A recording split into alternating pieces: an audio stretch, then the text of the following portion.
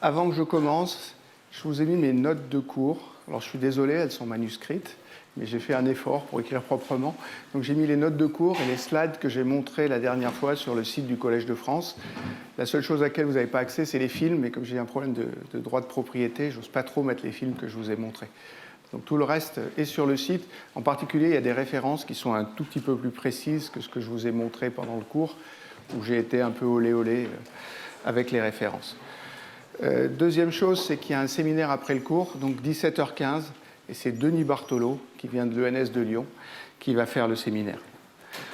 Donc, ce que j'ai fait la dernière fois, c'est que j'ai discuté un peu la façon dont on pouvait décider si un système était à l'équilibre ou hors d'équilibre. Je vous ai parlé du théorème de fluctuation-dissipation, et puis je vous ai parlé du bilan détaillé. Ce que je veux faire aujourd'hui, c'est vous donner une introduction à la matière active. Alors, je vais faire trois choses. Je vais vous parler du modèle de Witschek, qui est un peu le modèle qui sert de modèle d'Ising, comme le modèle d'Ising joue un rôle en physique statistique pour la matière active. C'est un modèle qui est très, très idéalisé, mais qui montre bien les effets qu'on aura envie d'étudier sur certains systèmes. Après, je vous montrerai quelques systèmes actifs. Alors, ça fera un peu Disneyland. Je vais vous montrer un certain nombre de films et de choses comme ça. Et à la fin, je vais essayer de vous expliquer ce que c'est qu'une théorie hydrodynamique, sachant que dans les cours suivants, j'essaierai de faire de façon un peu plus systématique des modèles hydrodynamiques ou des théories hydrodynamiques de ces systèmes actifs. Donc j'ai appelé ça, sans trop d'imagination, Introduction à la matière active.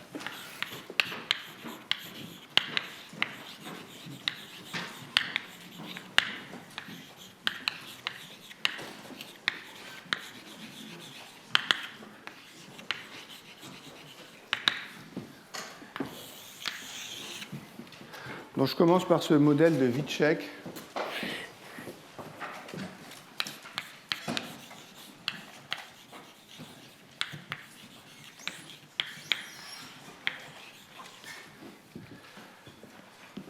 Alors c'est un modèle qui concerne le comportement collectif des groupes d'animaux. C'est des systèmes que les physiciens n'ont pas trop l'habitude de regarder, et je crois que Witschek, dans ce domaine-là, a vraiment été un pionnier.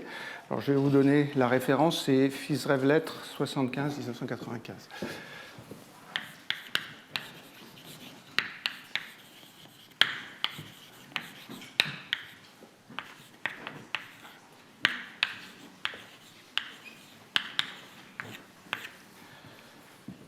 Donc, ce qu'étudie Witschek, c'est un modèle simple pour le comportement collectif d'animaux. C'est un modèle à deux dimensions.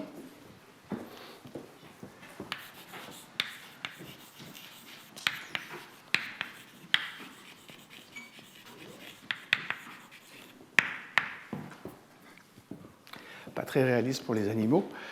Les animaux, c'est des points. Donc chaque animal est représenté par un point. Je ne sais pas pourquoi, j'aime bien en parler en termes d'oiseaux. Donc je vais vous dire comme si c'était le comportement collectif des oiseaux. Ça peut être, j'allais dire n'importe quoi, des poissons, des bisons, tout ce que vous voulez. Donc chaque oiseau, dans mon cas, sera un point. Je vais les numéroter. Je vais les numéroter avec un indice qui va de 1 à n. Et puis je vais appeler I cet oiseau-là. Et puis chaque animal ou chaque oiseau a envie de voler. Il vole à une vitesse constante, mais il peut voler dans n'importe quelle direction. Donc a priori, les oiseaux ont des vitesses qui sont orientées de façon aléatoire.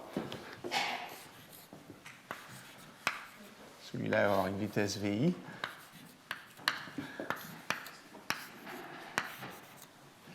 Alors la vitesse, elle a un module constant que je vais appeler V0. Et puis elle a une orientation, je vais appeler NI l'orientation.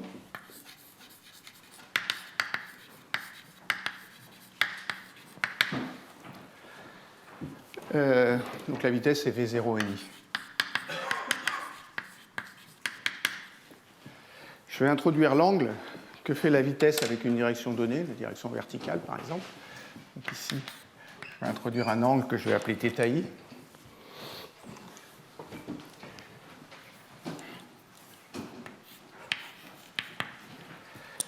Alors Witschek se donne deux règles.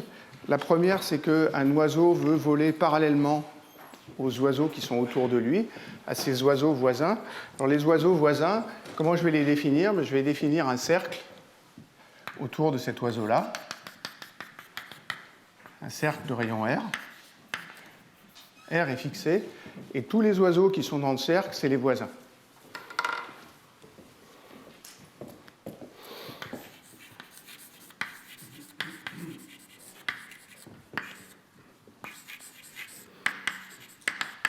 Alors, je vais appeler N le nombre total de voisins.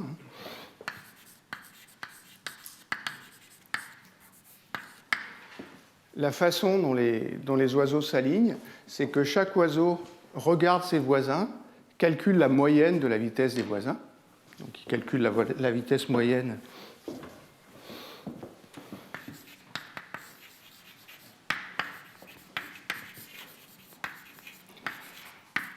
que je vais appeler V bar I. Ça, c'est 1 sur N, où N est le nombre de voisins, fois la somme sur tous les voisins. Je vais noter un petit crochet comme ça pour dire que c'est les voisins. C'est tous ceux qui sont dans le cercle de rayon R, fois la vitesse des voisins. L'oiseau continue à aller à la vitesse à laquelle il a envie d'aller. La seule chose qu'il fait, c'est qu'il va tourner sa direction dans la direction des voisins. Donc il va avoir un nouvel angle. Alors je vais discrétiser le temps.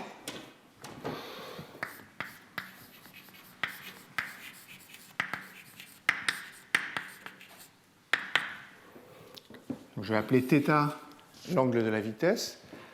Pour l'oiseau I, c'est θi, au temps P. Et puis il y a un petit intervalle delta t entre le temps P et le temps P plus 1. Donc au temps P plus 1, il va regarder l'orientation de la vitesse moyenne. Donc il va vouloir s'aligner suivant l'orientation de la vitesse moyenne. Je vais appeler ça θ bar.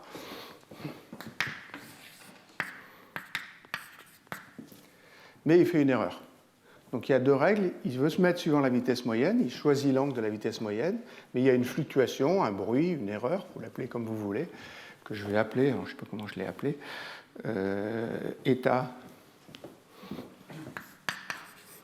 I, état P, à l'instant I. Donc à chaque instant, il calcule la vitesse moyenne, il rajoute un bruit, et le bruit, il est tiré au hasard dans un intervalle qui va entre moins sigma sur 2 et plus sigma sur 2.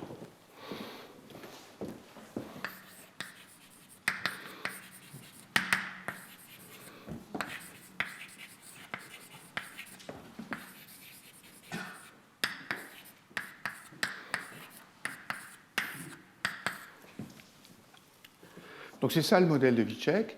Et après, ce qu'essaye de regarder Vicek, c'est en fonction des deux paramètres du problème. Alors il n'y en a que deux si je fixe R. Le premier, c'est la densité, c'est-à-dire le nombre d'oiseaux par unité de surface.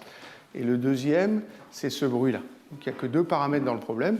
Ou si vous voulez, il y a un paramètre sans dimension qui est ρ fois R2 qui vous compte le nombre moyen de voisins. Donc il y a le nombre moyen de voisins que je peux changer avec la densité. Et puis l'erreur que fait l'oiseau.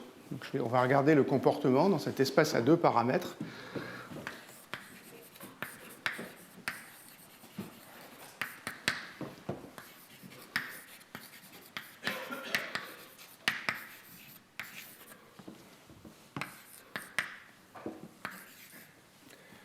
Alors ce que je vais faire, c'est que je vais vous montrer des simulations numériques. Ce modèle est assez sympathique parce qu'il se prête extrêmement facilement à des simulations numériques.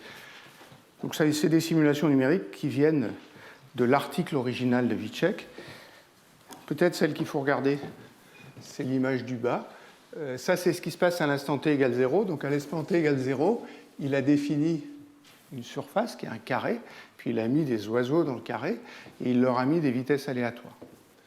Et puis si la densité n'est pas trop grande, ou si le bruit n'est pas trop petit, si on regarde au bout d'un temps assez long, on obtient cette image-là. Alors vous pouvez me faire confiance, on peut calculer la vitesse moyenne. Il n'y a pas de mouvement global dans cette chose-là, c'est-à-dire que la vitesse moyenne est nulle. Elle est nulle si la densité est petite ou si le bruit est grand. Il y a des corrélations, ça veut dire que quand on regarde un oiseau, les oiseaux qui sont à côté d'un oiseau donné ont tendance à voler à peu près dans la même direction, mais si vous vous déplacez un peu par rapport à l'oiseau, on perd la mémoire de l'orientation, et donc c'est une orientation qui est aléatoire avec des corrélations à courte portée. Ça, c'est ce qui se passe donc à ρ petit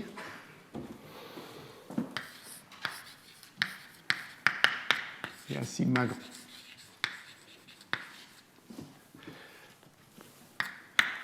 Il y a un deuxième comportement qui est celui qui est ici.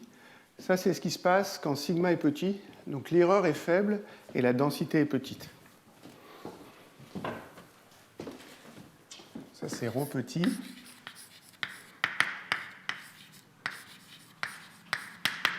Alors c'est assez intuitif, hein. Les oiseaux vont se regrouper en agrégats. À l'intérieur de chaque agrégat, là, vous voyez ici par exemple, vous avez une espèce d'agrégat d'oiseaux. À l'intérieur de chaque agrégat, les oiseaux sont voisins les uns des autres et ils vont tous dans la même direction. Donc il y a des agrégats qui vont à peu près tous dans la même direction, mais entre les différents agrégats, il n'y a pas de corrélation de vitesse. Donc la vitesse des agrégats est orientée de façon aléatoire.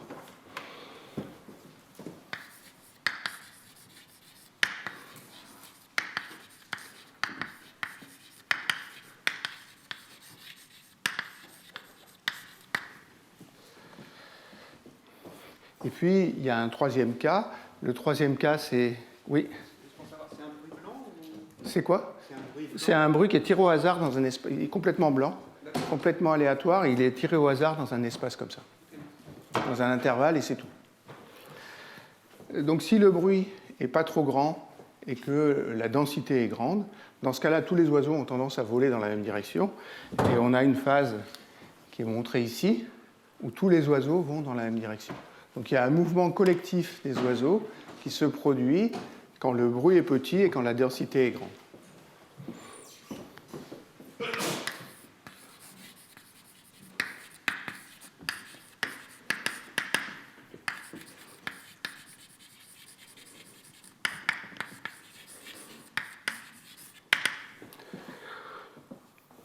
Ça, c'est un peu ce que j'ai envie d'appeler une transition de phase dynamique, c'est-à-dire qu'on passe d'un état qui est cet état-là, où il n'y a pas de mouvement collectif, à un état qui est cet état-là, où il y a un mouvement collectif. Ça ressemble beaucoup à une transition de phase. Alors il faut définir quelque chose qui joue le rôle du paramètre d'ordre. Ce que j'ai envie de prendre comme paramètre d'ordre, c'est la vitesse moyenne des oiseaux, ou si vous voulez, la vitesse du centre de masse des oiseaux. Je vais l'appeler grand V. Hein.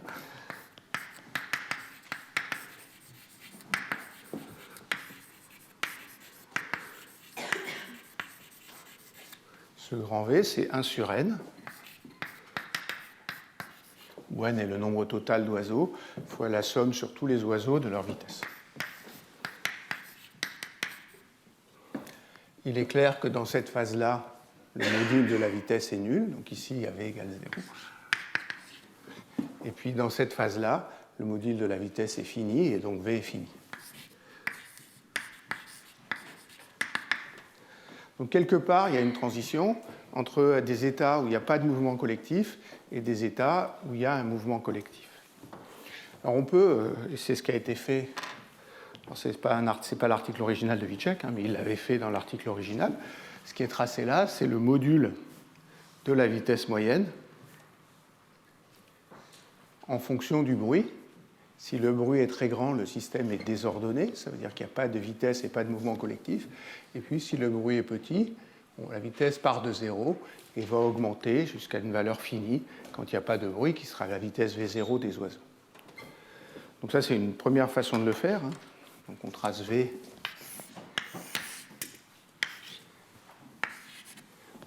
en fonction de sigma. S'il n'y a pas de bruit du tout, ils vont tous à la même vitesse V0, c'est-à-dire qu'ils sont exactement parallèles. Et puis au-delà d'une valeur critique du bruit, il n'y a plus de vitesse moyenne. Et ici, V égale 0, il y a une valeur sigma c ici, au-delà duquel on a cette transition de phase vers un système qui est désordonné. Alors j'ai dit qu'il y avait deux paramètres. Hein. Je peux faire la même chose en fonction de la densité. Donc, je peux tracer V en fonction de la densité.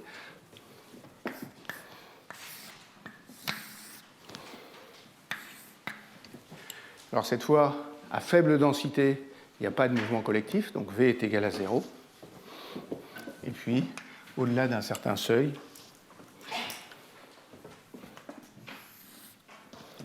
donc ici j'ai V égale 0.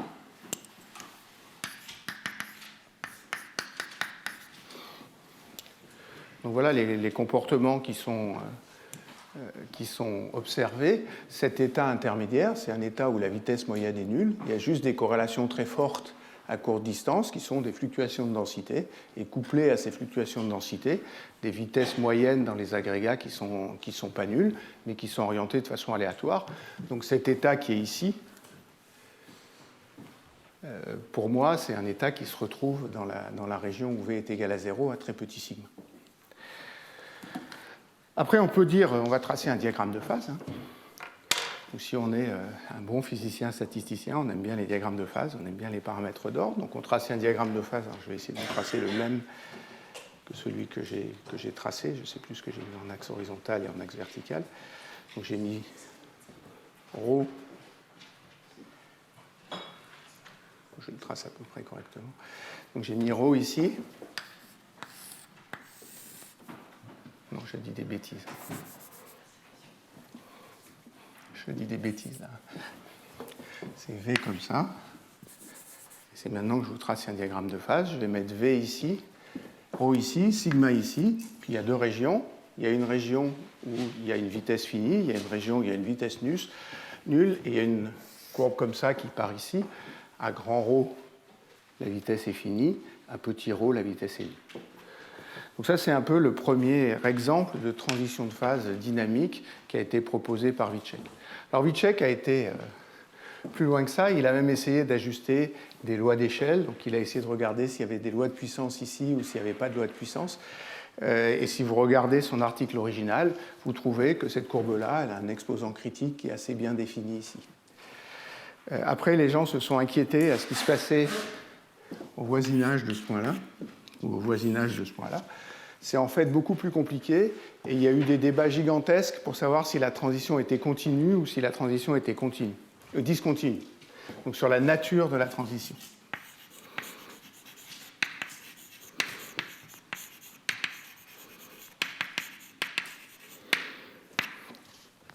Je ne vais pas rentrer dans les détails de ça. La seule chose que je veux dire, c'est que si on se place au voisinage de cette ligne-là, qui est donc soit ce point-là, soit celui-là, il y a des phases un peu étranges qui apparaissent. Je vous en montrerai sur d'autres systèmes tout à l'heure qui correspondent tout à fait à ce qu'on voit dans le modèle de Vítček. Il y a des bandes d'oiseaux qui se déplacent à vitesse constante, où il y a des tourbillons qui se font. Ce problème-là ne me semble pas encore tout à fait réglé. Les gens ont fait des simulations numériques assez gigantesques sur des systèmes très grands, et je ne crois pas que le problème soit réglé complètement. Alors j'ai cherché des références. Il y a deux noms que je veux vous donner. Le premier, c'est celui de Hugues Châté,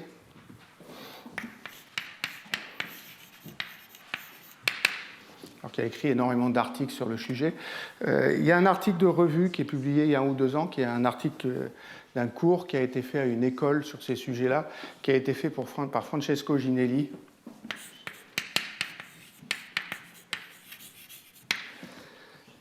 Qui est dans European Physical Journal Special Report.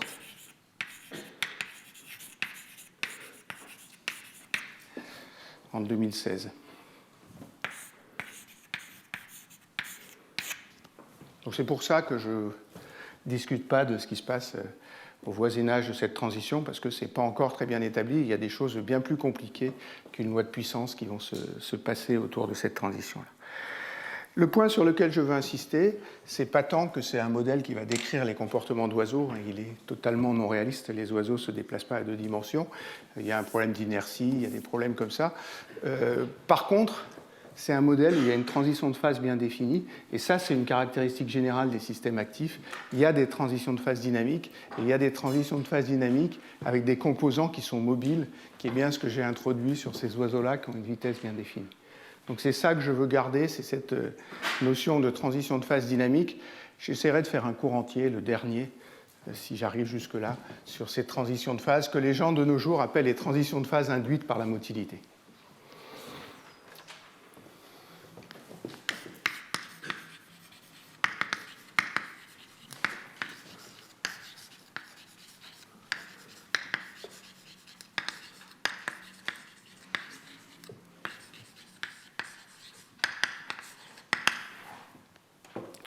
Et puis c'est un cadre, comme le modèle d'Ising, qui peut servir de référence.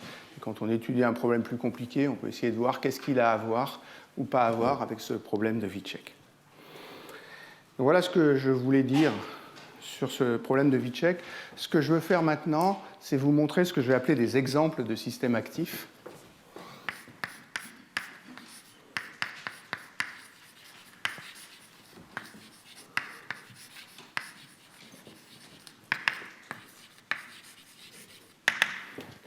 Alors, je vais répéter ce que j'ai dit la semaine dernière, qu'est-ce que j'appelais un système actif. C'est un système qui est hors équilibre.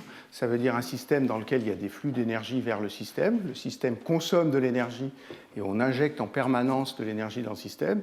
Mais cette consommation d'énergie est faite à l'échelle locale. Ça veut dire que chacun des éléments du système consomme de l'énergie. Donc c'est l'énergie qui est consommée par chaque compte.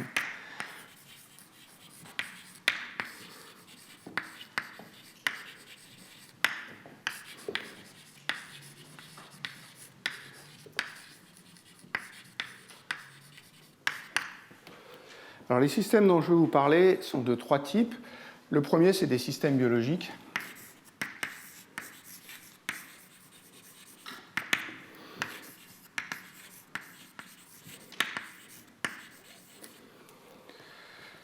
Le premier système, c'est quelque chose que je vous ai montré la semaine dernière. C'est ce que j'avais appelé le cytosquelette des cellules.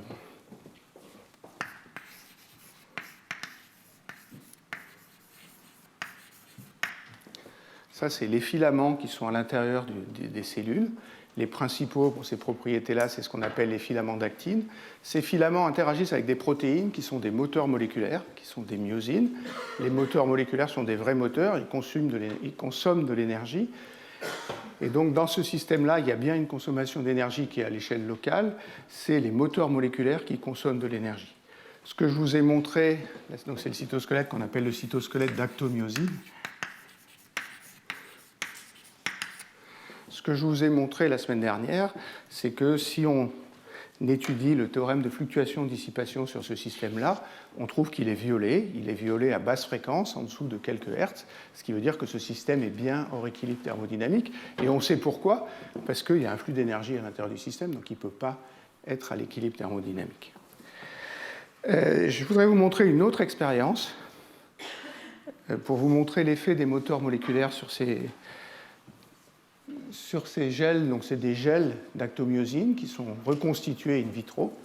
Ici, l'actine est marquée en vert, et puis c'est mis à l'intérieur d'un tube. Alors l'expérience est particulièrement astucieuse. Ce qui est fait, c'est que les gens ont un petit capillaire.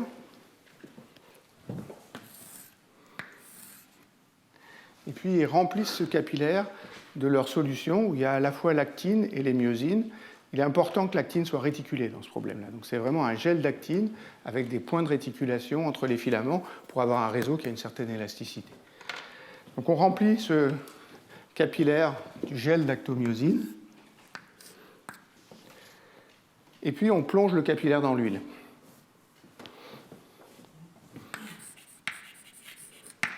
Donc autour, il y a de l'huile.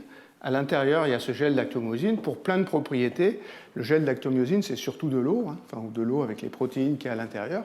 La fraction volumique ou la fraction massique d'actine et de myosine est très très faible dans cette histoire-là. On met ça dans l'huile, ça n'aime pas l'huile, et donc ce qui se passe, c'est qu'il se fait un ménisque au debout du capillaire.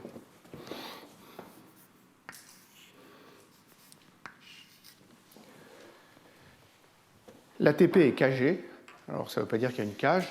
L'ATP est cagé, ça veut dire qu'il y a une attache chimique sur l'ATP qui empêche l'ATP de s'hydrolyser. Donc, il n'y a plus de consommation d'énergie. Et on part de cet état au temps t égale 0. À l'instant t égale 0, on décage, alors par un flash lumineux, l'ATP. Donc, l'ATP devient consommable. Les moteurs moléculaires consomment l'ATP, donc ils deviennent actifs.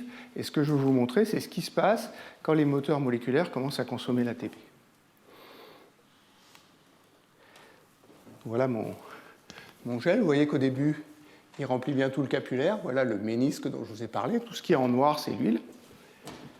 Puis vous voyez que le gel se contracte. Donc au départ, il remplissait tout le capillaire. Et puis là, il se contracte jusqu'au milieu. Puis il y a un deuxième effet très important qui se produit, c'est que le ménisque devient de plus en plus courbé. Donc c'est ça les deux effets. Donc il y a une courbure du ménisque importante.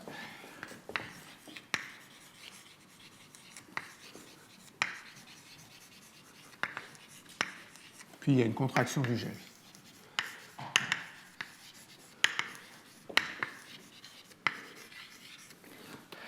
Une première remarque, c'est qu'il y a beaucoup de gens qui font des théories sur ces systèmes-là, moi le premier, en disant que ces gels d'actomyosine sont incompressibles.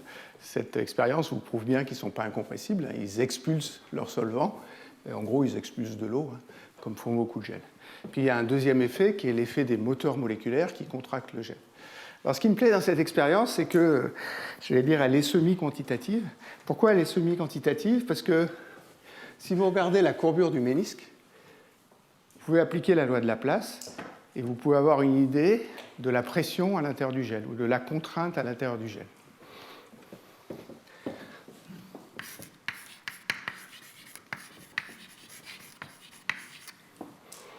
Donc le ménisque est comme ça. Ici, c'est l'extérieur. Ici, c'est l'intérieur. Et c'est comme un ballon qui est sous tension. Vous savez que la pression à l'intérieur de la courbure est plus grande que la pression à l'extérieur de la courbure. Donc ça veut dire que la pression dans le gel, la pression extérieure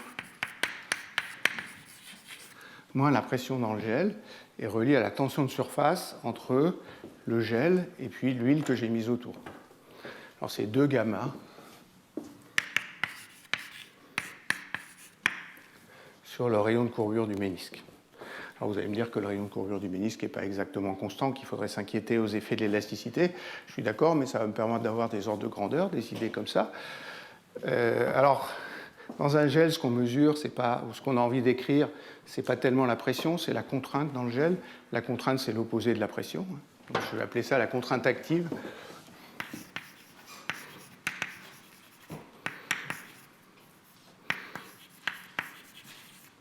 Alors, je l'appelle active parce qu'elle est créée par les moteurs moléculaires.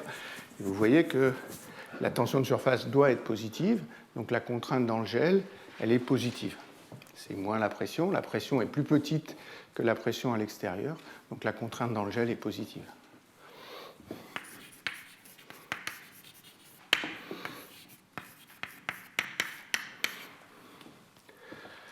Et même, je peux calculer la pression dans le gel, donc la contrainte dans le gel, en appliquant ce genre de loi de Laplace. C'est intéressant de se rappeler des ordres de grandeur. Alors les ordres de grandeur pour les densités, c'est à peu près pour l'actine ce qu'on trouve dans les cellules, hein, et on trouve des contraintes qui sont entre 100 et 1000 pascal.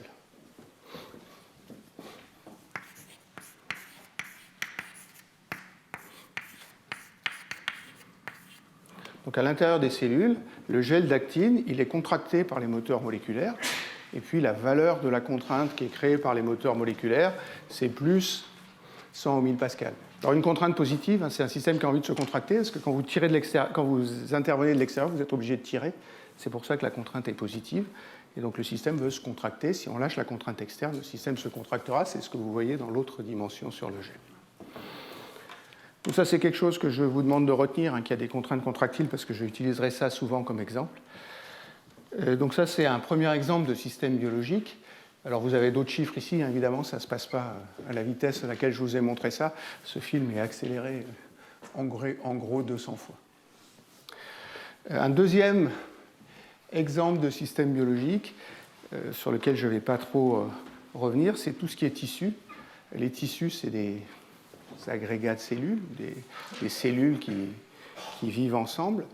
Les cellules, de façon individuelle, consomment de l'énergie. Donc le composant qui consomme l'énergie dans un tissu, c'est la cellule. Et j'ai bien affaire à un système actif. Alors comment est-ce que les cellules consomment de l'énergie? Elles consomment de l'énergie parce qu'on leur donne des nutriments. Je reviendrai et je ferai probablement tout mon cours l'année prochaine sur les tissus en utilisant ces idées de système actif. J'ai un troisième exemple que j'ai déjà montré lors de ma leçon inaugurale, mais je vais le remontrer parce que j'aime beaucoup ça et puis c'est quelque chose qui me travaille un peu en ce moment, qui est des suspensions de bactéries. Donc la suspension de bactéries que je vais vous montrer,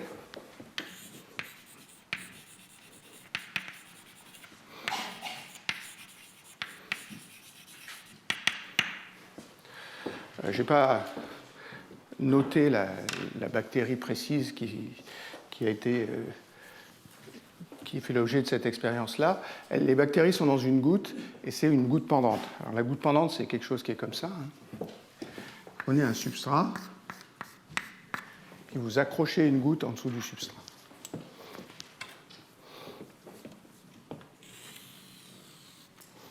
Donc c'est une goutte d'eau. À l'intérieur de la goutte d'eau, il y a les bactéries.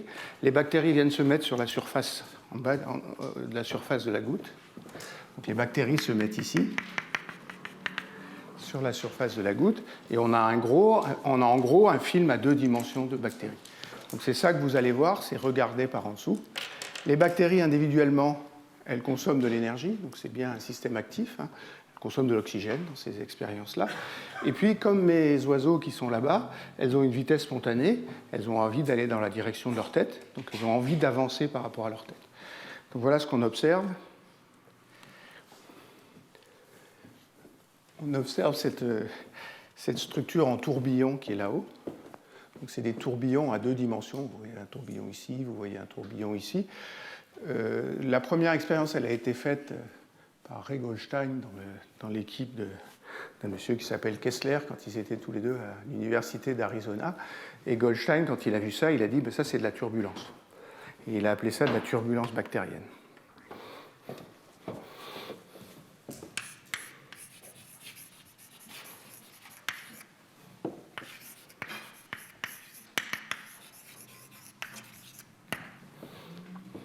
Alors j'ai envie d'appeler ça de la turbulence active, parce que je pense que c'est surtout dû au fait que ce système-là est un système actif.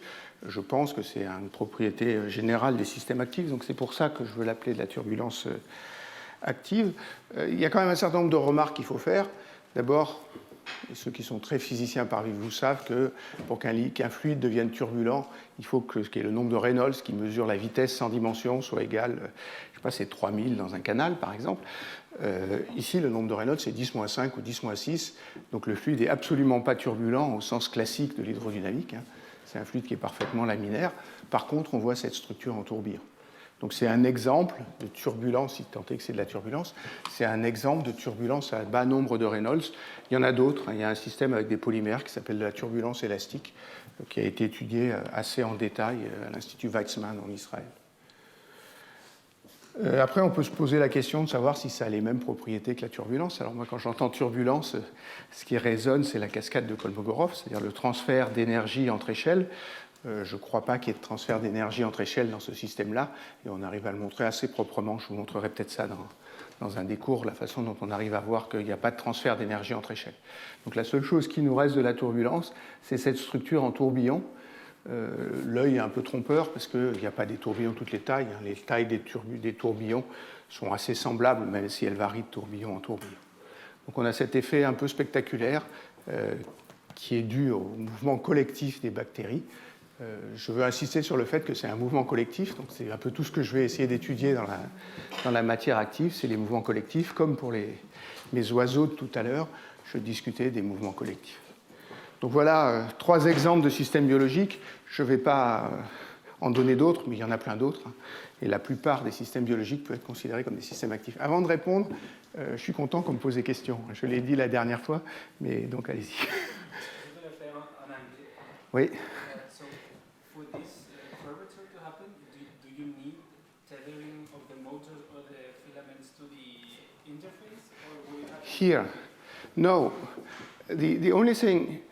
So the question is nice, is I describe it from an extremely macroscopic point of view. Now, then what I would have to do, and I tell you, because I know that this is the motors that consume energy, so I tell you this is a stress which is due to the motors. Then if I want to answer your question, I have to do some kind of molecular model that tells me exactly what the motors do. Now, if you take a gel like this, motors don't act one by one. They act in clusters, which people call filament. This filament bind 2 actins, and then they pull the actins together. That's non-trivial. It's not even easy to show that the stress is contractile and not extensile. It's due to the fact that these filaments don't react the same ways when you contract them and when you pull on them. So if the stress is small, they react the same way. If the stress is very big, if you contract, they will buckle. And this is what creates this effect, which is here. So it doesn't have anything to do with the fact that the motors would bind to the surface. It has to do with the mechanical properties of this gel, where you have bound motors inside. I put a reference here of a review articles that we wrote.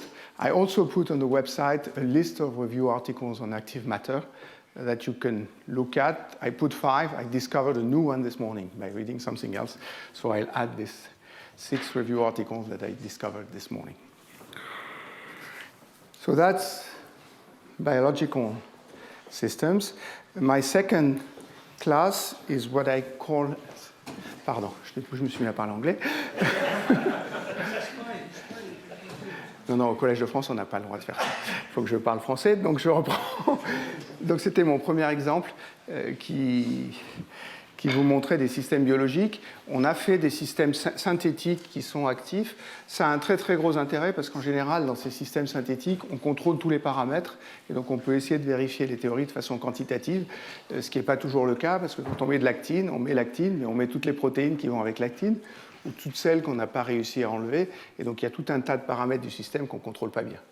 Donc l'idée de ces systèmes, c'est de bien comprendre ce qui se passe dans les systèmes actifs et de pouvoir vérifier que les modèles qu'on fait sont vraiment des modèles quantitatifs et ne sont pas des choses simplement où on peut répondre à des questions par oui ou par non. Donc je suis assez attaché à cette histoire de système actif synthétique.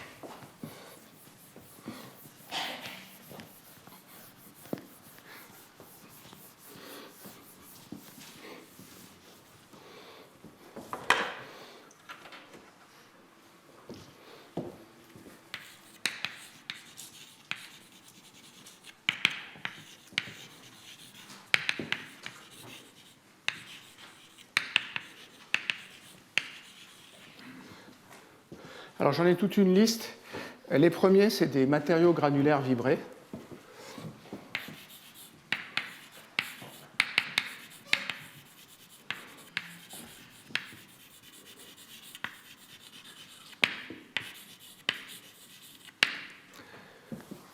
Je vais vous montrer un film d'une expérience. C'est une expérience qui a été faite sous l'impulsion de Sriram Ramaswamy par M. Menon, qui est professeur à University of Massachusetts.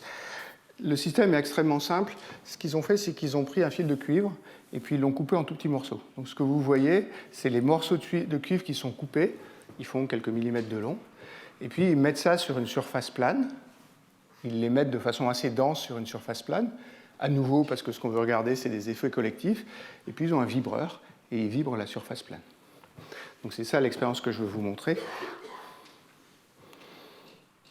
Donc voilà ce qu'on observe. Vous voyez que si on essaye de suivre chacun de ces petits morceaux de cuivre, ils se déplacent. Alors ce qui n'est pas très clair, je peux le repasser.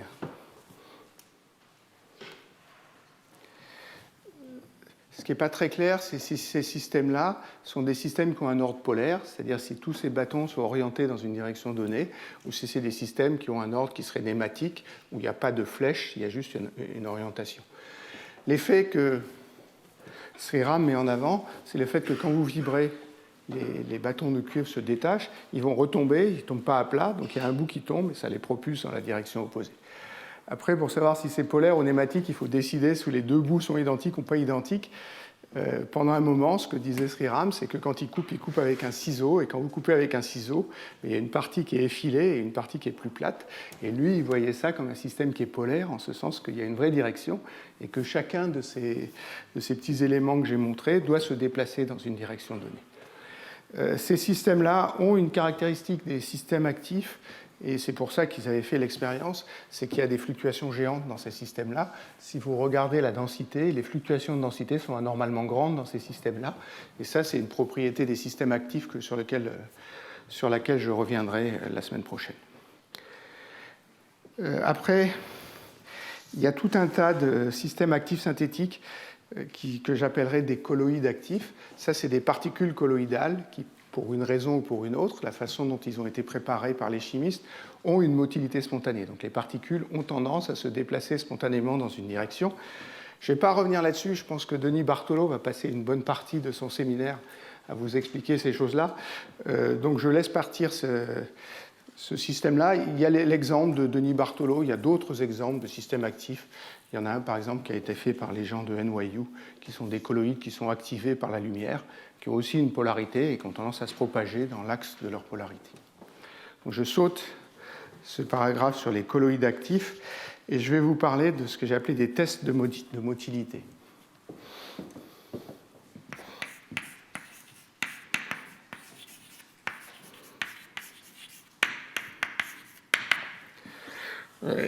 C'est des expériences qui ont été faites à Munich par M. Andreas Bausch.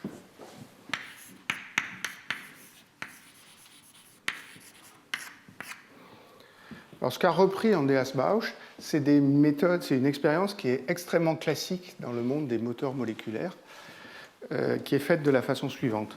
On prend une surface de verre.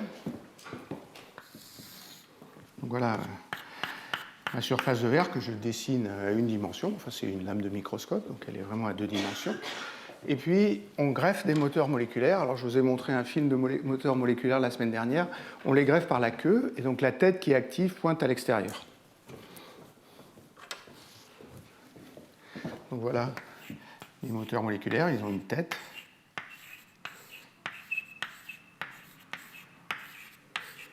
On fait un tapis de moteurs moléculaires sur cette surface. Alors les moteurs moléculaires, il faut qu'ils interagissent avec un filament. Alors c'est les mêmes moteurs que tout à l'heure, hein, c'est des moteurs qui sont des myosines.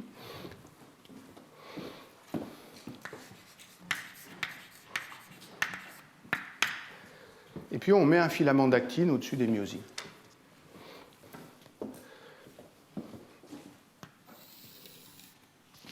Alors le filament d'actine, lui, il a une polarité, et cette polarité est importante parce qu'il faut qu'il y ait quelque chose qui brise la symétrie, qui vous dise que les moteurs aillent dans un sens et pas dans l'autre, et cette brisure de symétrie, elle vient du filament d'actine. Donc le filament d'actine, il a une orientation, que je vais mettre comme ça ici. Il a un bout qui s'appelle le bout positif, et il a un bout qui s'appelle le bout négatif. Donc on le pose sur le tapis de myosine. Ce qui se passe, c'est que les myosines vont venir s'attacher. Elles se déplacent vers le bout positif du filament. Donc les myosines bougent comme ça, et donc le filament va bouger vers la gauche.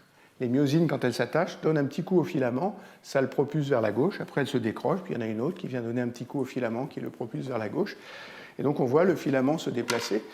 On peut rendre le filament d'actine fluorescent, et sous microscope, on voit une espèce de serpent qui sont les filaments d'actine qui se déplacent. La vitesse, c'est un peu moins qu'un micron par seconde pour ces objets-là. C'est un peu les ordres de grandeur qu'il faut regarder en tête. Ce texte est extrêmement classique, hein, ça a été inventé dans les années 80 par M. Spudish, et dans tous les labos au monde qui travaillent sur les moteurs moléculaires, c'est comme ça qu'on décide ou qu'on ne décide pas si les moteurs moléculaires sont vraiment opérationnels ou pas. Si vos moteurs moléculaires ne sont pas bons, il n'y a pas de mouvement du filament d'actine, et si vos moteurs moléculaires sont bons, on voit le filament d'actine se déplacer. Donc c'est un test extrêmement classique, il y a des centaines d'expériences qui ont été faites, sauf que personne ne s'était intéressé à ce qui se passe quand on augmente le nombre de filaments d'actine. Ce qui intéressait les gens du moteur moléculaire, c'est de voir le filament se déplacer, mais pas de regarder comment les filaments interagissaient ensemble. Donc l'idée d'Andreas Bausch, ça a été de dire, je vais essayer de regarder encore une fois la même chose, je vais regarder le comportement coopératif de filaments d'actine.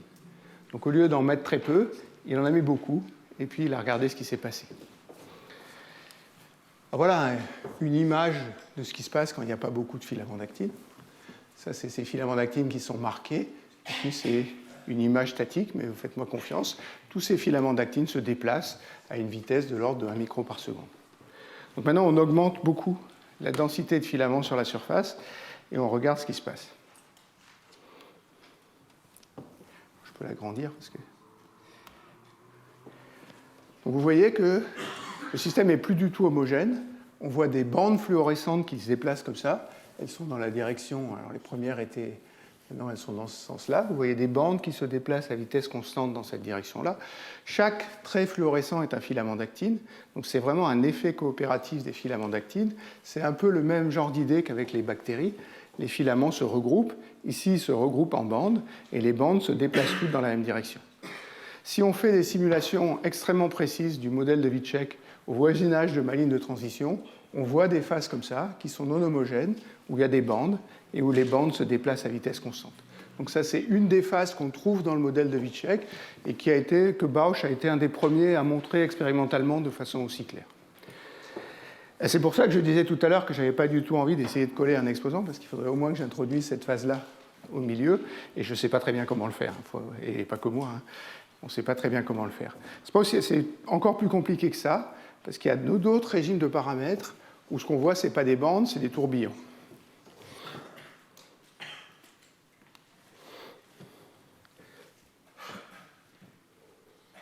Il faut regarder la partie ici.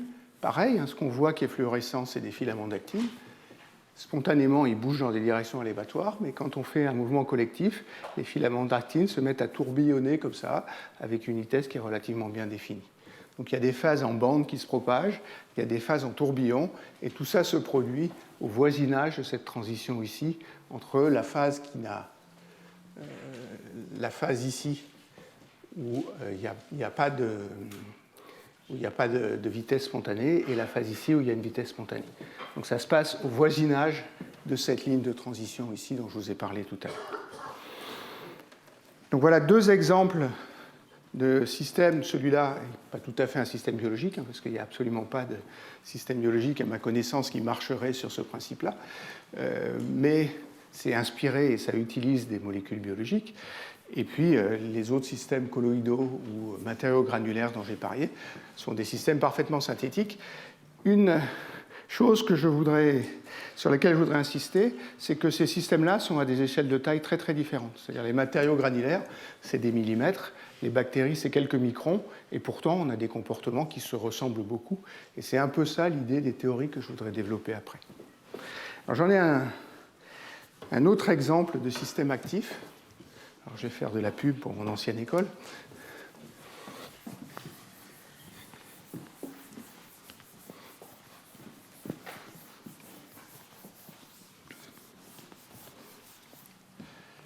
C'est ce qu'Olivier Dauchot appelle des grains marcheurs.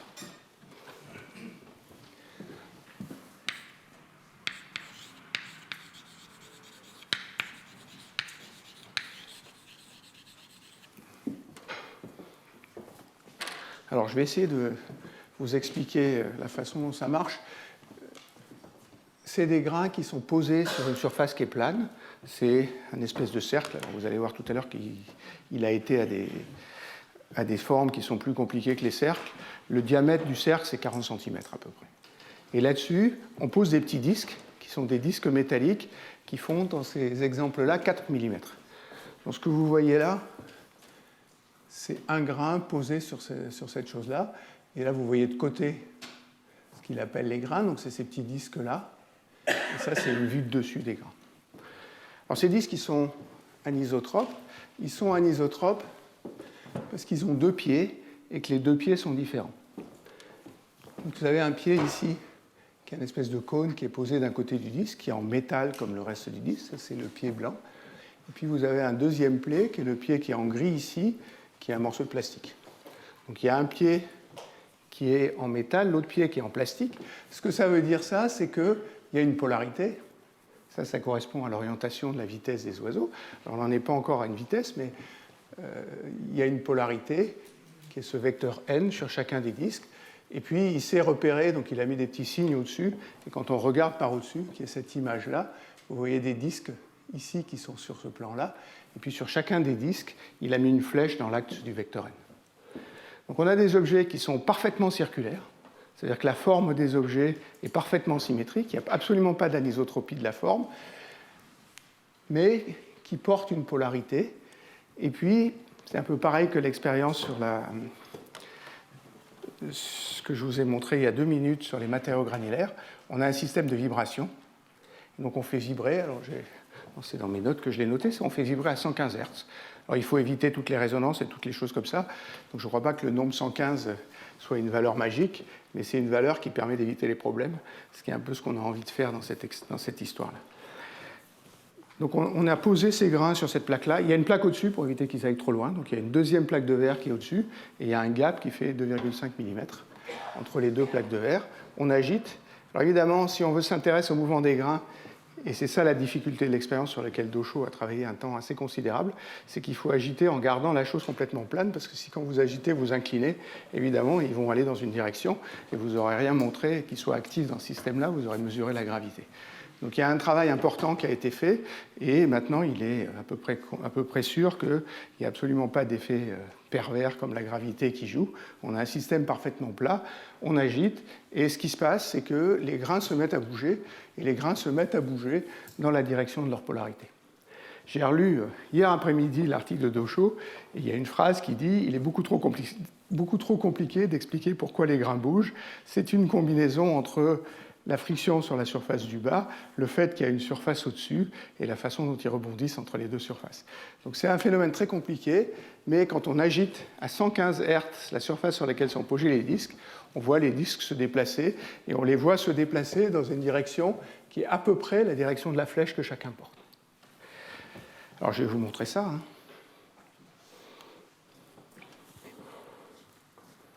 Vous voyez des grains ici, et chacun des grains se déplace. Ils ne vont pas parfaitement droit, au bout d'un certain temps il y a du bruit et ils finissent par tourner. Il y a une espèce de diffusion, de rotation de l'orientation. Mais ils se déplacent avec une vitesse qui est assez bien déterminée et qu'on mesure au début de l'expérience. Donc on a la vitesse spontanée des grains, comme on aurait pu mesurer la vitesse dans les bactéries que je vous ai montré là, ou comme on pourrait mesurer la vitesse que j'appelais V0 dans le modèle de Vicek. Donc voilà ce qui se passe quand on a des grains qui sont assez dilués. Et là encore, ce qu'a fait Docho, c'est qu'il a essayé d'aller vers des grains qui sont concentrés pour essayer de voir des effets collectifs entre les grains. Alors avant, et peut-être par rapport à ce que je vais dire tout à l'heure, ce qui va compter, bien sûr, c'est les interactions entre les grains, et donc c'est les collisions entre les grains. Alors, il y a une première chose, c'est que les collisions ne sont pas élastiques. Donc il y a un taux de restitution de l'énergie au cours de la collision qui est différent de 1. Ça, on pourrait s'y attendre, il n'y a pas de subtilité là-dessous. Il y a une subtilité, par contre, qui est que les collisions ne conservent pas l'impulsion. Alors, il faut dire ce que j'appelle par ça. Si vous regardez la collision quand les deux grains sont en contact juste avant et juste après, celle-là, elle conserve l'impulsion. Mais ce que je vous ai dit, c'est que la vitesse, elle était le long de la polarité du grain. Et ça, ce n'est pas compatible avec la collision. Donc, à partir du moment où les deux grains ont fait un choc, les vitesses sont plus alignées avec la polarité du grain, et il y a une relaxation entre la vitesse qui va s'aligner avec la polarité du grain. Si je considère que la collision, c'est ces deux processus-là, c'est-à-dire la collision elle-même qui, elle, conserve l'impulsion, et puis la relaxation de la vitesse le long de la polarité du grain, le processus global ne conserve pas l'impulsion. Donc dans ces systèmes-là, il n'y a pas de conservation de l'impulsion, et il n'y a pas de conservation de l'énergie. C'est un système actif parce que j'injecte de l'énergie par en dessous. Alors Docho, quand il a fait ça, il avait une idée très très précise. Il voulait faire un système où il contrôle tous les paramètres qui ressemblent à l'expérience de Vicek. Donc ce qu'il a mesuré, c'est que les interactions entre grains, c'est-à-dire les collisions, avaient tendance à aligner les vitesses ou avaient tendance à aligner les polarités. Donc c'est un effet qui n'est pas très important. Donc à 80% ou 70% des collisions, il ne se passe pas grand-chose. Et puis il y a 30% des collisions dans lesquelles les grains ont tendance à s'aligner petit à petit. Et là, on va retomber sur ce modèle de Vicek. Donc voilà, en gros, la présentation de ce qu'il appelle des grains marcheurs. Et puis je vous ai dit que c'était un cercle. Vous voyez que la forme n'est pas un cercle, la forme de l'échantillon est comme ça. C'est pas choisi au hasard, comme vous pouvez vous en douter. Il a commencé par des formes qui sont circulaires. Et si les formes sont circulaires, les grains vont tous se mettre à l'extérieur. Et on ne voit que des grains à l'extérieur. Il n'y a pratiquement plus de grains au centre. Donc pour renvoyer les grains au milieu du système, il a imaginé cette forme-là. Et quand un grain suit cette trajectoire-là, il est rejeté vers l'intérieur. Et comme ça, on a un système qui est un peu plus homogène. Donc, je vais vous montrer un film. Ça, c'est assez cohérent avec l'image intermédiaire que je vous ai donnée dans le modèle de Vicek. Il faut savoir qu'il y a une formation d'agrégats. Les agrégats se déplacent à une vitesse constante. Et vous allez voir que les vitesses sont un peu aléatoires dans ce système-là.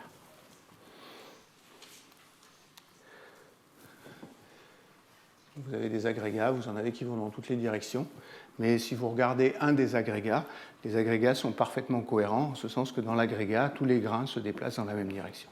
Donc on a un comportement qui ressemble de façon assez précise à ce qui est prévu par le modèle de Vicek.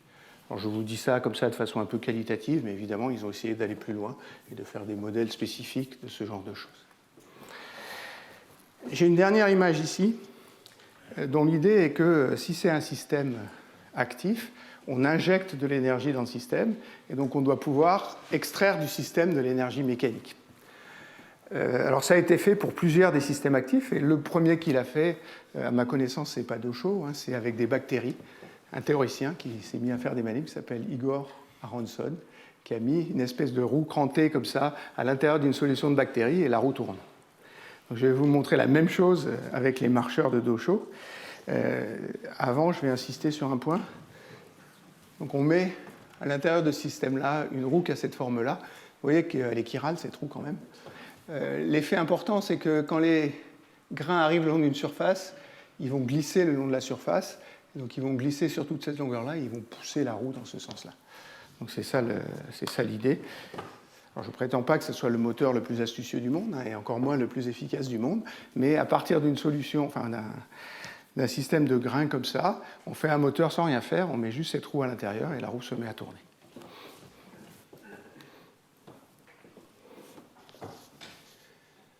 Donc voilà cette roue qui tourne.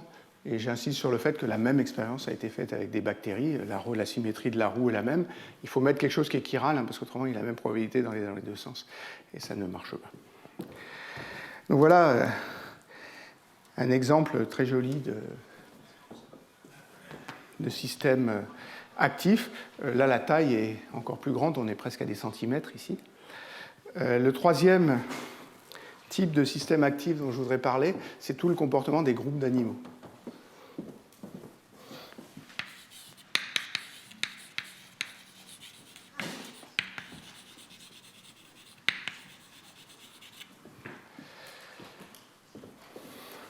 Alors, les groupes d'animaux, ça peut être des poissons, ça peut être des oiseaux, ça peut être des bisons. Il y a certains articles qui mentionnent comme exemple les groupes de bisons. Peut-être le plus simple, c'est d'expliquer ce qui se passe sur les poissons. Ça, c'est un banc de poissons. Je pense qu'à un moment ou à un autre, vous avez tous vu des bancs de poissons. Les poissons, c'est un système actif. C'est des animaux, il faut qu'ils mangent, donc ils consomment de l'énergie. C'est aussi un système qui a une certaine polarité parce qu'ils ont une tête et une queue, et puis ils ont envie de se déplacer dans la direction de leur tête. Donc ils ont une vitesse spontanée dans la direction de leur tête. Si vous faites ça dans votre aquarium et que vous avez 5 poissons, les poissons, ils voient le bord de l'aquarium bien sûr, mais ils n'ont absolument pas de mouvement collectif ou de mouvement coordonné, ils vont dans des directions qui sont à peu près aléatoires. Si vous augmentez la densité, les poissons vont avoir une tendance à naviguer les uns parallèles aux autres. Et on va avoir exactement le même comportement que dans l'exemple de Vicek.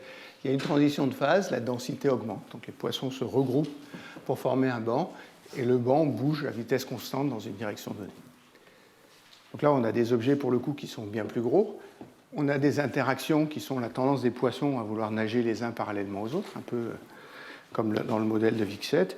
Et on a un paramètre d'ordre macroscopique qui est la vitesse du banc, qui clairement, dans ces bancs-là, n'est pas nul. Ce que je vous ai mis là, c'est un comportement de vol d'oiseaux. Alors depuis la semaine dernière, d'ailleurs, quelqu'un m'a envoyé un film d'oiseaux qu'il a pris au-dessus de sa maison, et on voyait très bien un mouvement collectif d'oiseaux qui allait dans la même direction. Ça, c'est des projets européens qui ont été faits sur cette chose-là. Les oiseaux ont des comportements collectifs, c'est absolument magnifique à voir, les oiseaux qui volent comme ça, tous ensemble. Ce que je veux vous montrer là, c'est le comportement de ce banc d'oiseaux-là. Ce qui va m'intéresser par rapport au cours de la semaine prochaine, c'est qu'on voit très bien des ondes qui tombent du haut en bas. Et donc, dans ce système d'oiseaux ensemble, il y a des ondes de densité qui se propagent. Donc, il y a des ondes de densité, là, vous en avez une magnifique, qui se propagent du haut en bas. Et à nouveau, c'est un mouvement collectif. C'est devenu presque un champ à part entière, cette histoire de comportement collectif des animaux. Il y a une personne qui fait des choses qui sont absolument magnifiques et qui sont extrêmement belles à voir, qui est ce monsieur qui s'appelle Im Kasin, qui maintenant est directeur d'un institut Max Planck à Constance en Allemagne. J'ai un film là derrière, si vous voulez, je le montrerai à la fin. C'est un film qu'il a mis sur YouTube d'une présentation où il présente tout un tas de groupes d'animaux qui ont tendance à avoir des effets collectifs comme ça. C'est à la limite du scientifique, c'est plutôt un truc pour vendre son histoire, mais il le fait remarquablement bien. Et donc si j'oublie pas, je vous montrerai cette chose à la fin. Donc voilà les systèmes que je veux donner. Maintenant, l'attitude du physicien, et c'est celle qu'on a eue dès le départ, c'est de dire qu'il doit bien y avoir des comportements qui sont universels, entre guillemets, ou génériques, vous les appelez comme vous voulez, dans ces systèmes-là, et qui ne dépendent pas trop du système. Ce que j'appelle pas trop du système, par exemple, c'est indépendant de l'échelle de taille à laquelle le système se comporte. Donc ce on veut voir, j'insiste, c'est des propriétés collectives. Et pour voir ces propriétés collectives, on a envie de voir des propriétés à grande échelle. Et c'est là qu'on a envie de faire ce qu'on appelle une théorie hydrodynamique. Donc ce que j'ai envie de faire dans le temps qui me reste, c'est vous expliquer ce que c'est qu'une théorie hydrodynamique. Et puis je vous montrerai la semaine prochaine comment on le fait explicitement.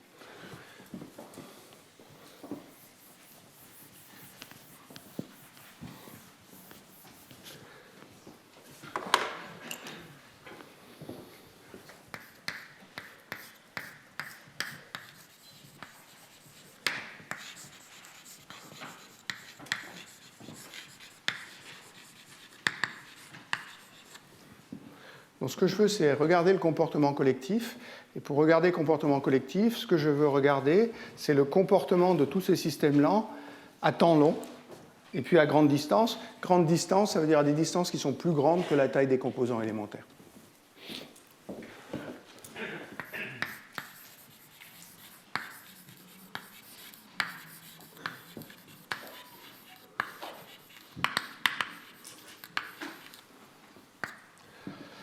Alors, il y a deux façons de faire ça. On peut essayer de partir d'une théorie microscopique. On peut partir du modèle de Vicek, par exemple.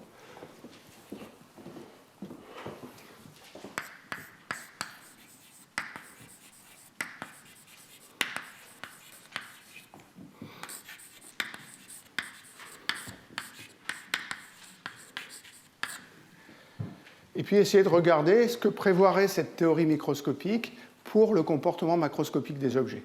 Donc faire une théorie, j'ai envie de dire multi-échelle, où ce dont on part, c'est un modèle microscopique, et puis par une méthode, le bon mot anglais c'est coarse graining, le bon mot français je ne sais pas ce que c'est, d'arriver à des comportements de variables macroscopiques de ces systèmes-là. Alors, sur le modèle de Vicek, c'est faisable, hein, il y a plusieurs personnes qui ont fait ça.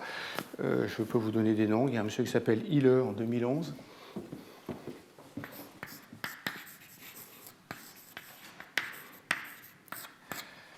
Il y a Eric Bertin en 2009. Et puis il y a Hugues Châté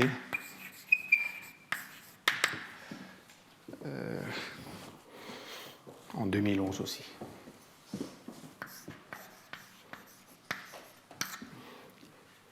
Je ne vais pas rentrer dans les détails parce que je n'ai pas envie de vous montrer ces théories-là, mais l'idée c'est toujours la même, c'est d'écrire une équation de Fokker-Planck, c'est-à-dire où on étudie la probabilité d'une configuration de ce système-là et de faire des approximations sur l'équation de Fokker-Planck. Je vous ai donné 3 références ici, ils font tous des approximations un peu différentes. L'approximation classique, c'est de faire des développements en moments. On exprime le premier moment en fonction du deuxième, le deuxième en fonction du troisième, pour certaines variables qui paraissent pertinentes, l'orientation ou la vitesse, et puis on coupe ce développement en moments avec une hypothèse physique raisonnable. Et tout ce que font ces gens-là, c'est qu'ils utilisent des hypothèses physiques qui sont un peu différentes les unes des autres. Ceci dit, au niveau qualitatif, on trouve la même chose dans tous ces exemples-là. Donc ça, c'est quelque chose qui est faisable et qui est intéressant parce que ça vous donne le comportement macroscopique en fonction de la description macroscopique que vous avez de votre système. C'est dur, hein, c'est-à-dire c'est des calculs qui sont un peu pénibles et pas très faciles à faire. Et puis souvent, quand on coupe cette hiérarchie de moments, l'hypothèse qu'on fait est un peu aléatoire. C'est-à-dire on ne contrôle pas les corrections à l'hypothèse qu'on fait, donc ce n'est pas une approximation qui est systématique, et c'est ça qui fait la différence entre toutes ces théories-là. Alors après, on peut vérifier, on peut faire des simulations numériques sur le modèle et voir si les hypothèses qu'on a faites sont bonnes. Bien sûr, ces gens-là sont sérieux et ils ont fait ça de façon très très propre.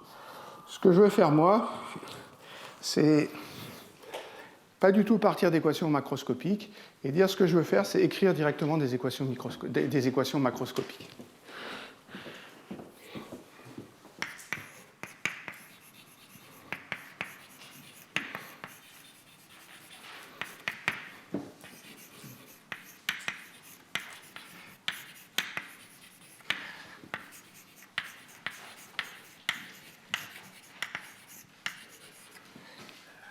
Alors c'est quelque chose que tous les physiciens ont déjà vu ou déjà fait. Hein.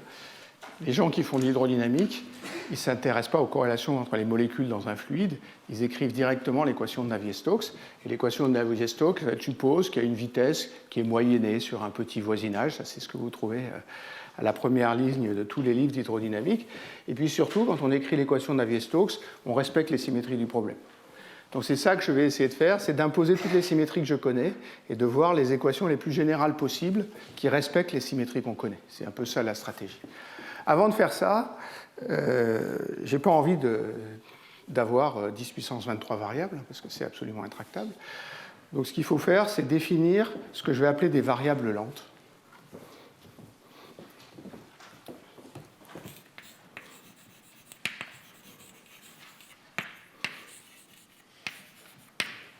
Les variables lentes, c'est des variables qui évoluent sur le temps macroscopique auquel j'ai envie de regarder ces objets-là. Ça veut dire dans un fluide, ce n'est pas le temps de relaxation d'une molécule vis-à-vis de ses voisines, ça c'est 10-12 secondes.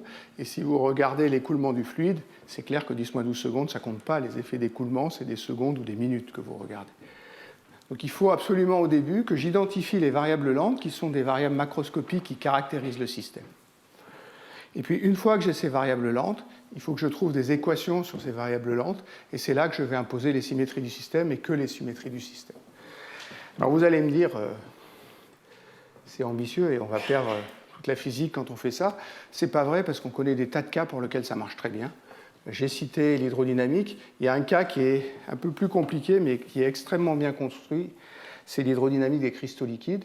Et donc en gros, toutes ces théories dont je vais parler, elles sont basées sur ce que les gens ont fait sur les cristaux liquides. Donc c'est ça que je veux essayer de vous expliquer maintenant. Alors comment est-ce que je choisis les variables lentes ? J'appelle ça les variables hydrodynamiques.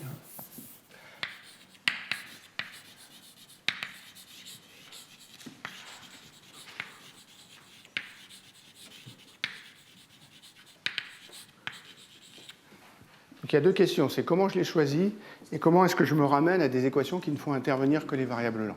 Alors je vais commencer par faire cette deuxième étape parce qu'elle est extrêmement simple à faire. Donc je vais supposer qu'il y a deux types de variables, des variables rapides que je vais appeler ψk,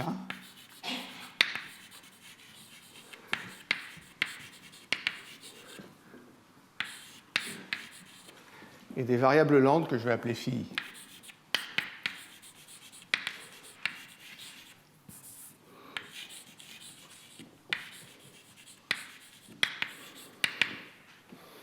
Quel que soit le système, je vais pouvoir écrire des équations dynamiques sur ces variables-là. Donc pour les variables rapides, je vais avoir une équation du type d psi k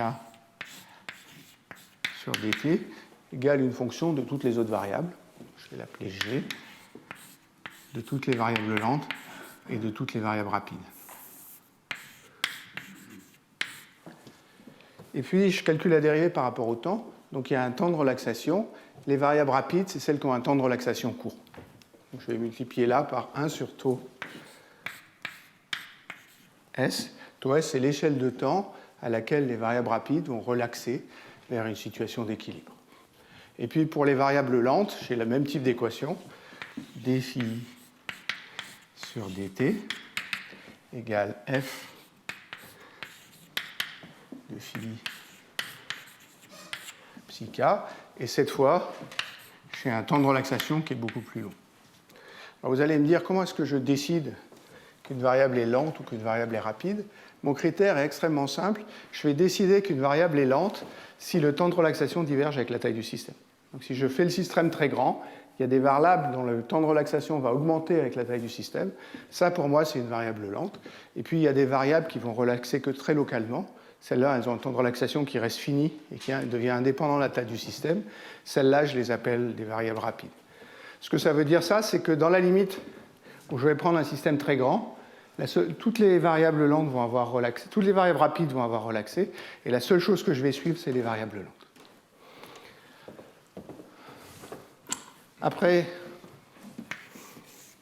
ce qui paraît assez clair, alors si vous voulez, on peut faire un changement de variable, prendre l'échelle de temps long et faire un développement asymptotique. C'est des mots compliqués pour pas grand-chose. Les variables rapides, elles vont relaxer rapidement, et ça veut dire que très vite, elles vont atteindre une valeur qui les met à l'équilibre, et donc d psi k dt est égal à 0.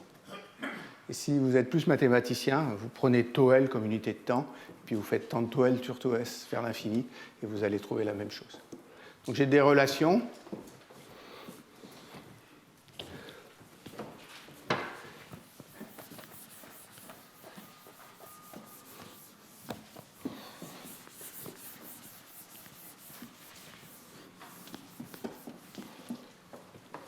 que d psi k sur dt égale 0 pour toutes les variables rapides.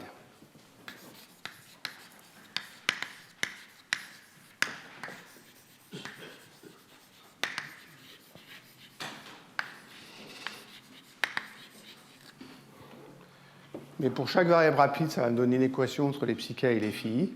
Et comme ça, je vais pouvoir exprimer toutes les variables rapides en fonction des variables lentes. Ce que ça veut dire, ça, c'est que les variables rapides, comme elles s'ajustent rapidement, elles vont suivre de façon adiabatique les variables lentes. Comme ça, je peux exprimer ces variables rapides en fonction des variables lentes. Je reporte ici, et j'aurai des équations où n'apparaissent plus que les variables lentes.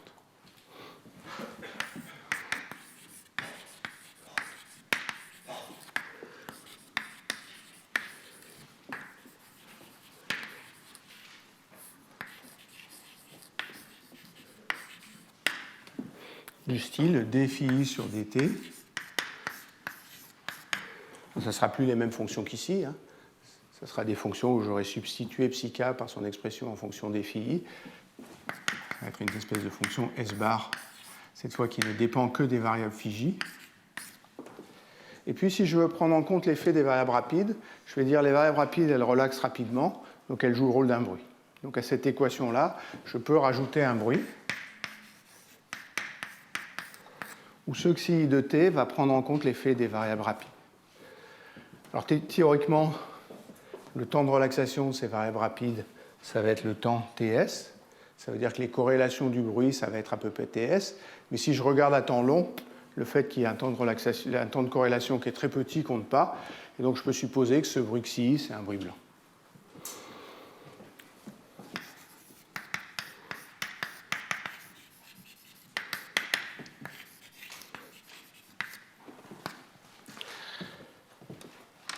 Ça veut dire ça, c'est que si j'arrive à identifier les variables rapides, je peux me débarrasser si j'arrive à identifier les variables lentes, je peux me débarrasser des variables rapides et dire que la seule chose qu'elles font, ces variables rapides, c'est créer du bruit dans le système. Si je ne m'intéresse pas au bruit, j'oublie ce terme-là. Si je veux calculer des fluctuations, je vais mettre le bruit qui est dû aux variables rapides dans le système. Après, il faut identifier les variables lentes.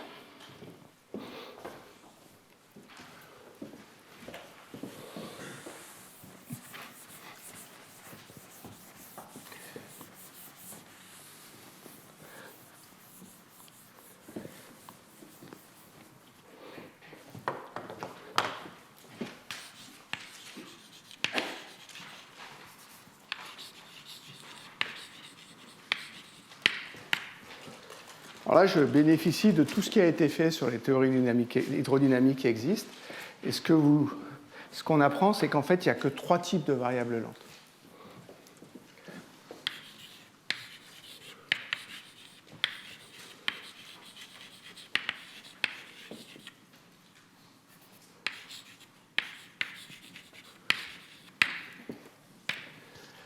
Les premières, elles sont associées aux quantités conservées dans le système.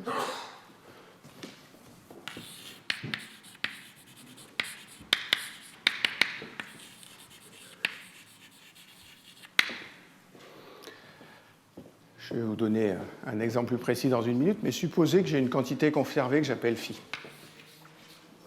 Dire que cette quantité est conservée, c'est dire que l'équation de conservation de phi, c'est quelque chose du genre d phi sur dt plus la divergence d'un courant qui est associé à phi est égal à 0.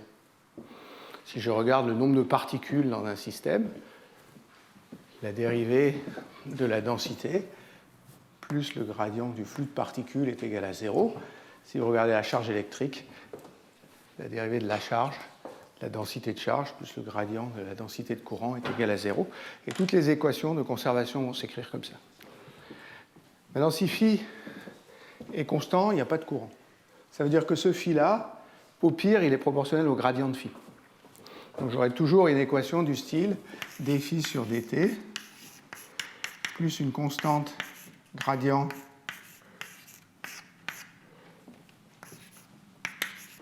égale 0. Maintenant, vous m'accorderez que si je prends la transformée de Fourier, ici, je vais faire apparaître un Q2. Ça veut dire que le temps de relaxation est proportionnel à 1 sur Q2 pour un mode de Fourier Q.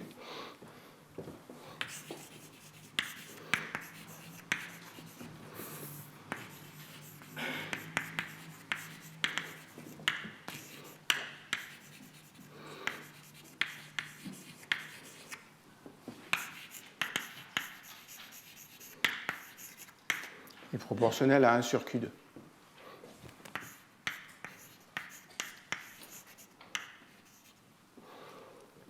Alors, si je regarde le système de façon macroscopique, il va falloir que je prenne les Q les plus faibles possibles. Si je fais Q égale 0, taux diverge. Alors, il ne faut pas que je fasse Q égale 0, il faut que je fasse Q de l'ordre de l'inverse de la taille du système. Donc, ça veut dire que pour ces variables-là, le temps de relaxation augmente comme la taille du système au carré. Et pour les quantités conservées, le temps de relaxation augmente comme le carré de la taille du système. Ça, c'est bien quelque chose qui diverge avec la taille du système. Donc ça, c'est un premier type de variable lente. Le deuxième type de variable lente, c'est ce qu'on appelle des modes mous.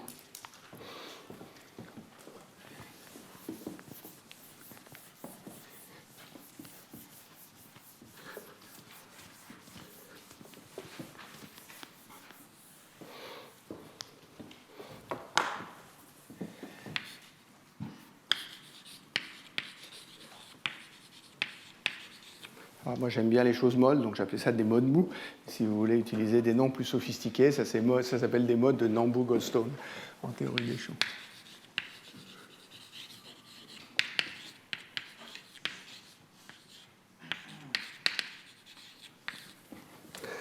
Je vais vous donner un exemple très simple. Je vais considérer un système magnétique. Alors, pas un système d'Ising, pas un système d'Ising, un système où le spin peut tourner de façon continue, comme ça, dans le plan, par exemple. Donc, je prends des spins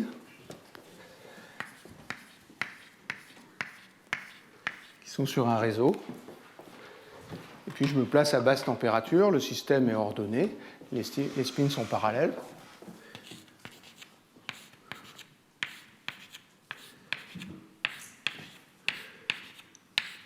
Si les interactions sont attractives, ça c'est l'état fondamental à température nulle. Mais vous m'accorderez que si les spins peuvent tourner librement, le système est invariant par rotation, donc il y a invariance par une symétrie continue.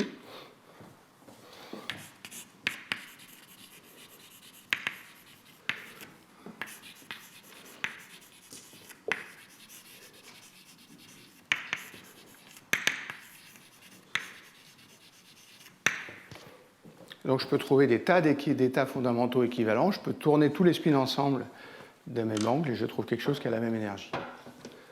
Donc ça, c'est parfaitement équivalent.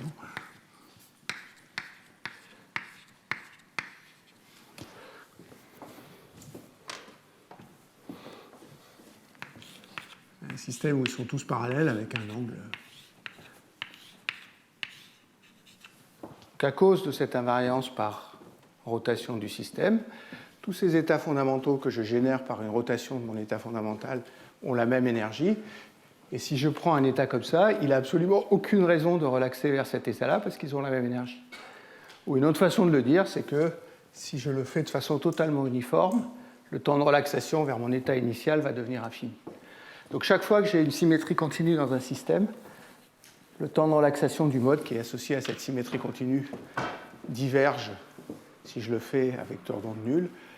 Vous pouvez regarder la théorie des ondes de spin, ou si vous le faites à Q fini, le temps de relaxation va être l'inverse du temps de relaxation va être proportionnel à Q2 dans la plupart des cas. Et pareil que tout à l'heure, le temps de relaxation va diverger dans la limite où la taille du système devient infinie. Mais à partir du moment où il n'y a pas de force de rappel, on est sûr que le temps de relaxation diverge quand la taille du système diverge. Donc voilà un deuxième type de mode lent. Il y en a un troisième.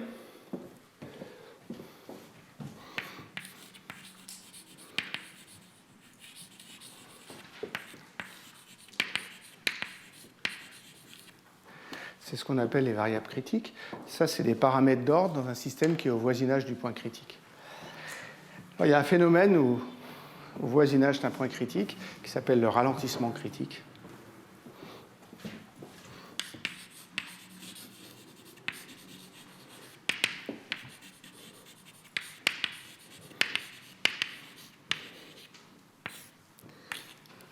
qui vous dit que si vous avez un paramètre d'ordre au voisinage du point critique, les temps de relaxation de ce paramètre d'ordre au voisinage du point critique deviennent extrêmement grands et divergent quand on se rapproche du point critique. Ça, c'est un mécanisme qui a été inventé par Pierre-Gilles Lejeune en 1959.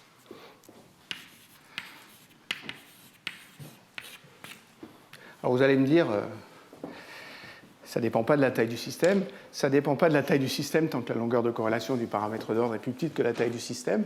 Mais si vous allez vraiment à des systèmes qui deviennent infinis, la longueur de corrélation peut devenir plus grande que la taille du système.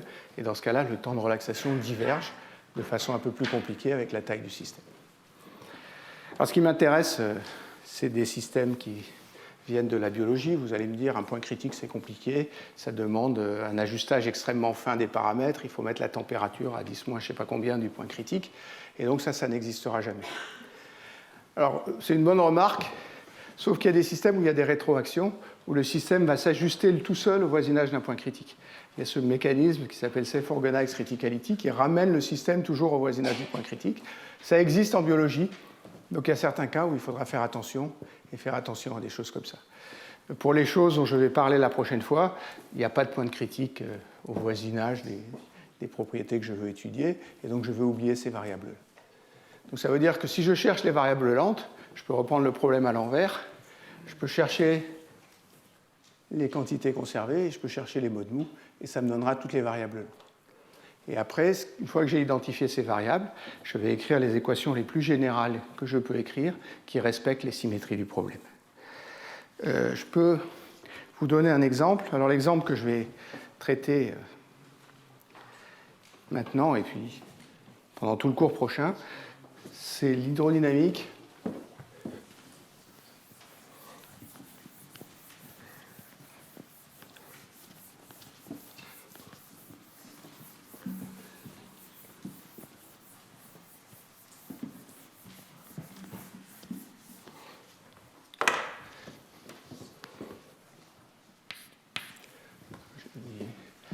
évidemment, c'est deuxièmement.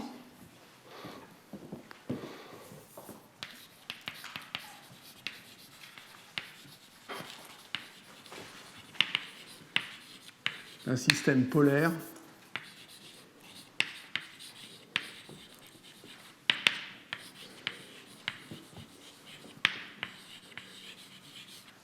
actif sur un substrat.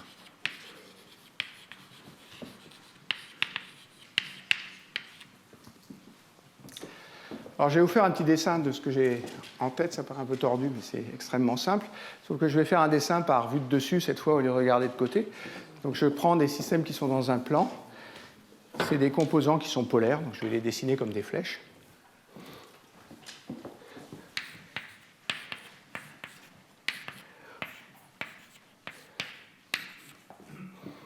A priori, ces flèches sont aléatoires. Un bon exemple, ça serait mon modèle de Vicek de tout à l'heure. Donc à chaque élément de mon système, je peux associer un vecteur unitaire que je vais appeler NI.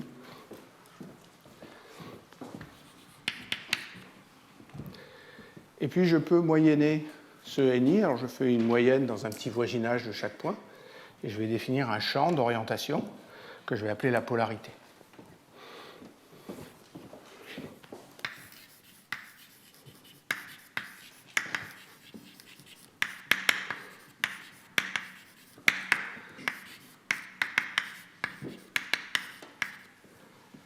Alors je fais ça exactement de la façon dont je l'ai fait dans le modèle de Vicek, c'est-à-dire je me définis un voisinage, je moyenne l'orientation dans ce voisinage-là.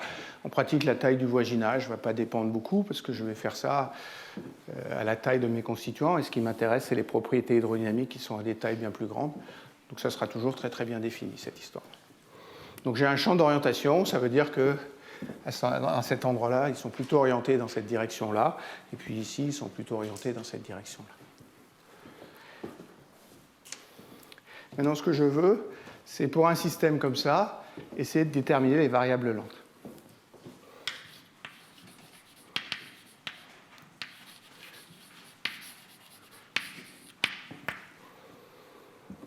Alors, il y en a une qui est simple, c'est la densité.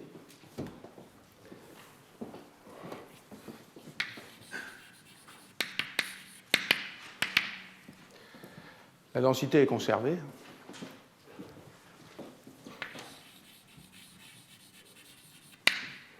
Elle est conservée parce qu'il n'y a pas de particules qui apparaissent ou de particules qui disparaissent dans mon système. Une fois que je les ai mises sur ce plan-là, elles restent là. Et donc la densité est conservée. Et comme je vous ai dit tout à l'heure, l'équation locale de conservation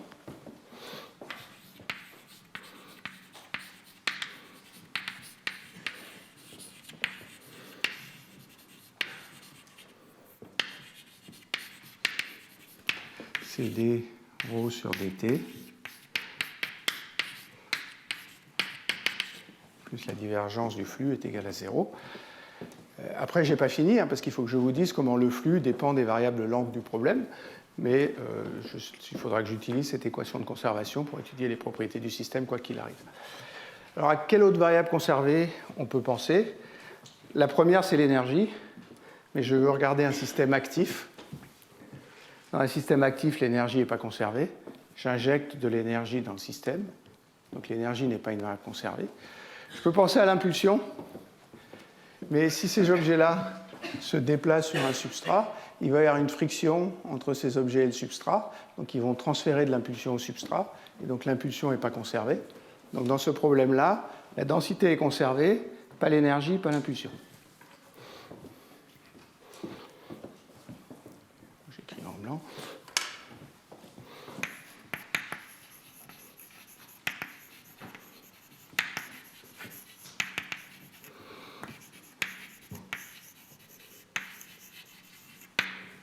Donc j'ai une seule variable conservée, c'est la densité dans ce système.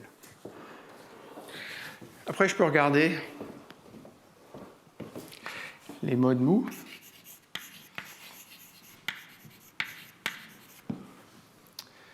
Une fois que j'ai parlé de la densité, que j'ai parlé de l'énergie, que j'ai parlé de l'impulsion, la seule variable qui me reste, c'est P.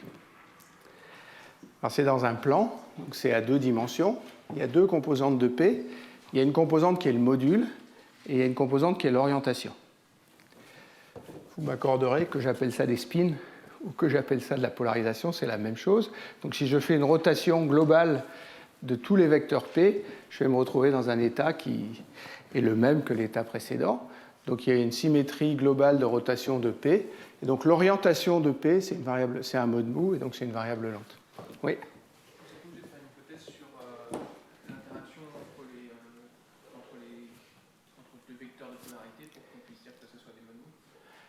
Pourquoi est-ce que je suis obligé de faire une hypothèse? À partir du moment où si je tourne tous les vecteurs de façon uniforme, l'énergie du système ne change pas, c'est un mode mou parce qu'il n'y a pas de force de rappel. Donc si j'arrive à trouver une transformation pour laquelle il n'y a pas de force de rappel, je prends un système à densité uniforme, je tourne tous les spins comme ça, il n'y a pas de couple pour les ramener dans la direction initiale, donc c'est un temps de relaxation infini. Et c'est indépendant de l'interaction que je prends entre les vecteurs P. Donc l'orientation de P est associée à une symétrie continue. Donc ça, c'est vraiment un mode mou. Par contre, l'amplitude de P n'est associée à aucune symétrie continue. Donc l'amplitude de P, elle va relaxer en un temps fini, sauf si je suis au voisinage d'un point critique, mais j'ai dit que je ne voulais pas regarder ça. Donc à partir du moment où je ne suis pas au voisinage d'un point critique, il y a un seul autre mode qui relaxe lentement, donc il y a une seule autre variable lente, c'est l'orientation de P.